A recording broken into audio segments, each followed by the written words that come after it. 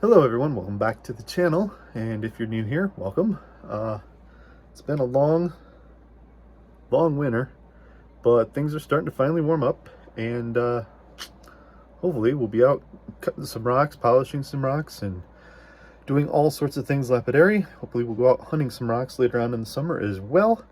But what I wanted to show you this time is some new things that we have. So I'm going to grab this real quick and show you the first thing that I'm kind of excited about. We have a GoPro. So instead of taking all these videos on my phone, I will actually be able to take it on a GoPro.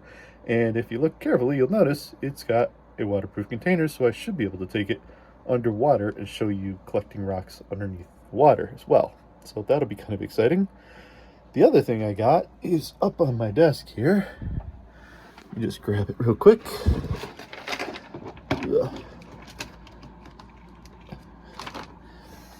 That's this thing right here. This is a direct connect microscope sort of camera. It amplifies images a ton. So what I'm really excited to do is take some of the rocks and the agates that I've got, put them under this, and take some videos or some still shots of it, and post them up as videos to let you take a look at what some of these rocks look like really close up. So we'll be testing that out here in a little bit and probably use that as the end of this video, but just wanted to show you a couple of things we're going to be doing this summer, and get me excited for whatever things I can put together. We've got a couple things in our garage right now that I got to get cleaned out, but once I do that, I should be able to get the saws out, get the grinding wheels going again, get the tumblers running, and start polishing rocks again. So getting excited about it, getting ready to go. And to kind of end this video out, I'll take some close-up screenshots of some of my agates that I found and just let you take a look at what these things look like really close up. So thanks for hanging with me, and thanks for coming if you're new, and hopefully this summer will be exciting. We'll see you in a bit.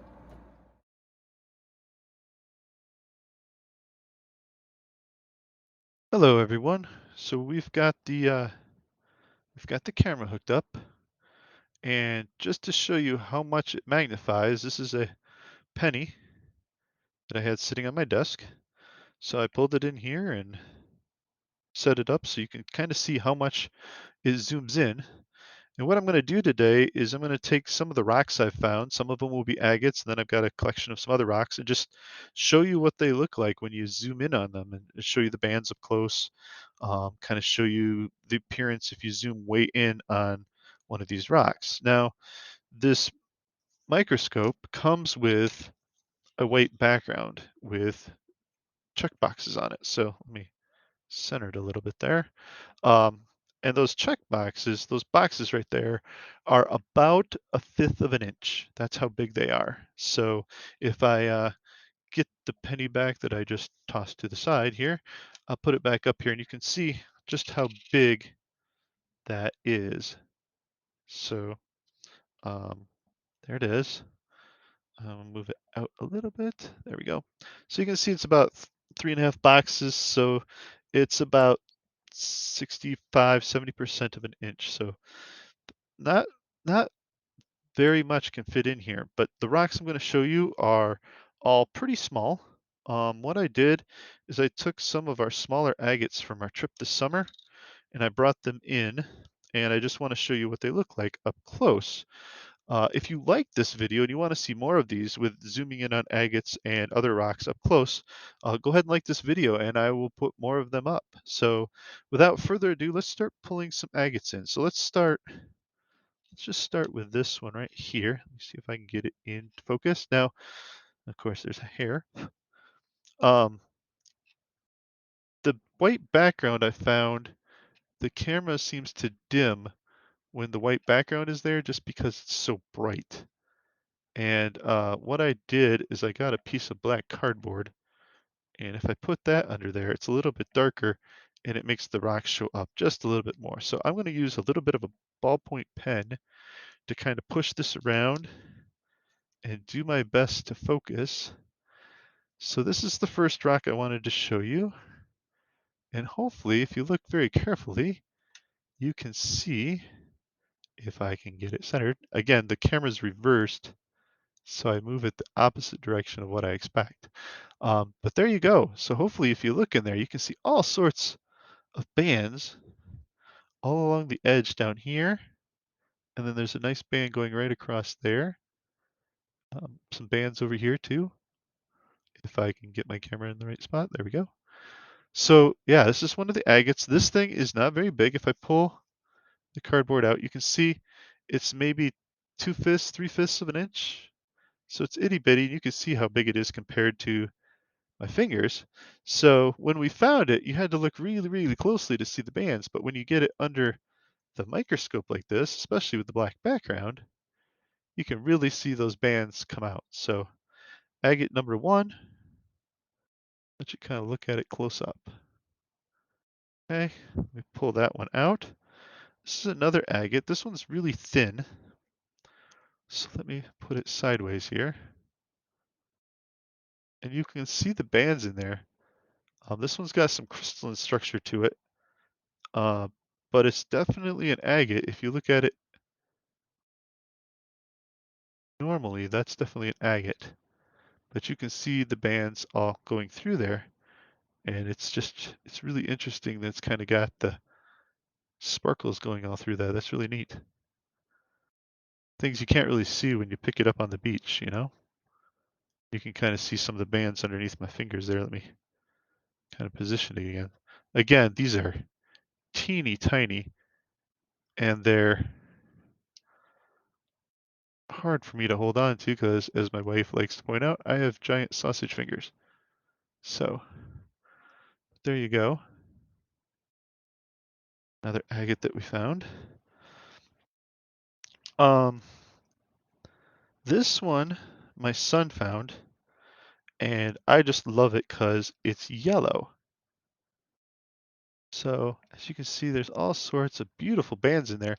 You can't see all that detail when you're just looking at it up close in person, but when you get it underneath the microscope, which is really hard to do, it's very, very cool looking. You can see all those bands. You can even see in the yellow down here at the bottom, there's a little bit of a light band going through it as well, and up at the top, it's all that white crystalline going into the red. But yeah, the yellow bands on that were really cool. And I apologize for moving off the camera, but the camera's backwards to me, so it's hard to figure out which way to move it to keep it in camera. This one I found, I want to say, where was I? I might have been at Muskellonge or perhaps at Grand Marais, um, or maybe even over at Porcupine. I was somewhere up along the northern coast of Michigan when I found it. I wasn't sure at first, but get this in focus here. There you go. I mean, you can really see bands. This is one of my bigger ones. This one had all sorts of swirls and plumes all through it, which I thought were really interesting. And it's definitely really neat to look at up close. Look at all those patterns and stuff in that. That's really neat. You can see right up by my finger there, you can see the bands around that little square up there on the top as well. They just kind of swirl around that, and then there's like all these sort of Mandelbrot plumes going into the rock. Really cool. Thought you'd like to look at that one. So that's another one I thought I'd pull out. Uh, this one is one that I found, and I wasn't sure at first, but looking underneath the microscope camera, you can definitely see the bands. You can even see uh, the red band going around the edge. Let me grab my pen again. I'm going to use the pen cap and see if that's any better. But definitely right over here, you can see the band there. And if you look, there's like a red band that goes right along the top there. And then there's some bands down here as well.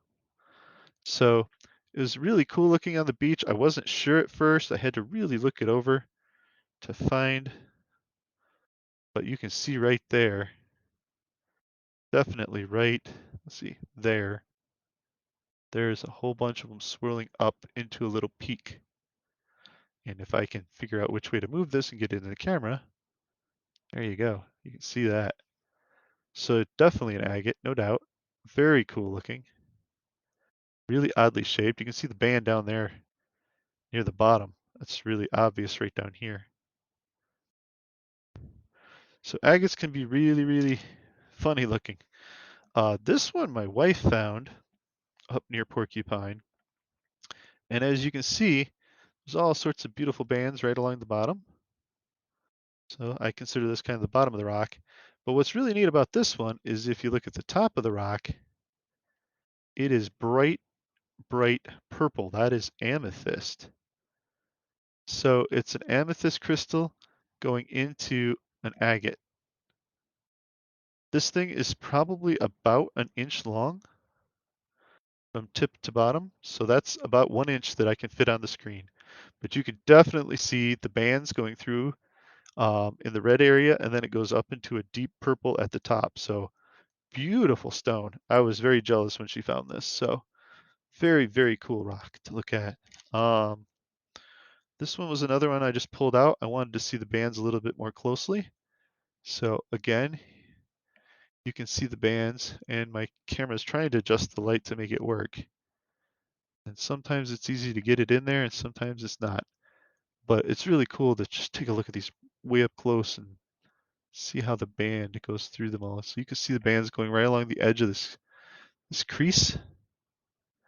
And what I really like about this camera is if you look, let's see if I can get my pen right over here, you can see this part down here at the tip of my pen is not visible, but if you look in the light, you can see the layers going down in towards the crevice.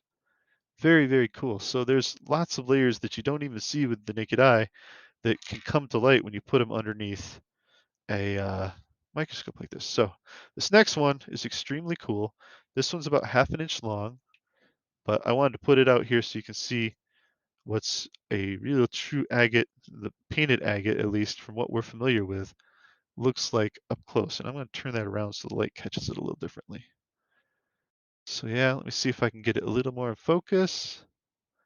Maybe trying to do it without moving the camera. There we go. And of course there's hair. I have cats, so there's cat hairs everywhere in this house. Let me keep my finger up here so it'll stay darker. But wow, look at all that. Isn't that beautiful? That's just gorgeous. And again, you can see how big my fingers are next to that. So that's not very big. So when we found it, it's itty bitty, but it's one of the better looking agates that we found. I got a couple more rocks to show you. This one's kind of special. This one technically isn't an agate from what I've read up online. It's called a skipping atom. That's what everybody calls it. Um, so you can see there's lots of eyes on the side. And then when you flip it over to the side, it looks like it was at one time, maybe, a crevice and crystals grew into it and then it solidified or something. I don't know, but it's a skipping atom agate. And you can see all these little white crystals all over the place. If I can focus, maybe. This is really hard. I apologize for moving the camera all over, but it's really hard to do, especially since even the slightest movement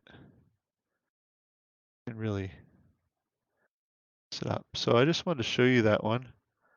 We found a couple of these when we were up north over the summer in the northern part of Michigan. So very cool. Found a couple, and they might have been found them in Minnesota. We went to Minnesota this summer.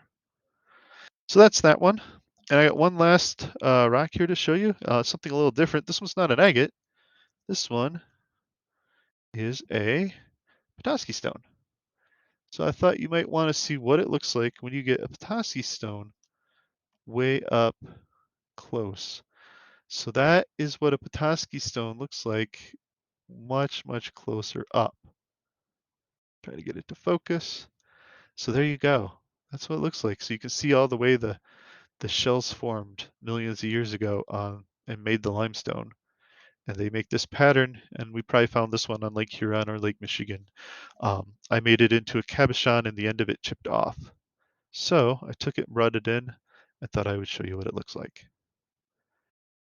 So that is all the rocks. Again, if you like this sort of video where you can zoom in and take a look at the rocks and you want to see more of my rocks zoomed in, by all means, let me know by putting a like on this video, and I'll see if I can make a few more of these. I have a whole bucket full of rocks that I can pull in here. I got some jasper and other different types of minerals we can put under there. We can throw some magnetite under and just take a look at some of these a little bit more closely. So thank you for watching. Again, if you like these sort of videos, give me a thumbs up, and I will see you with the next video.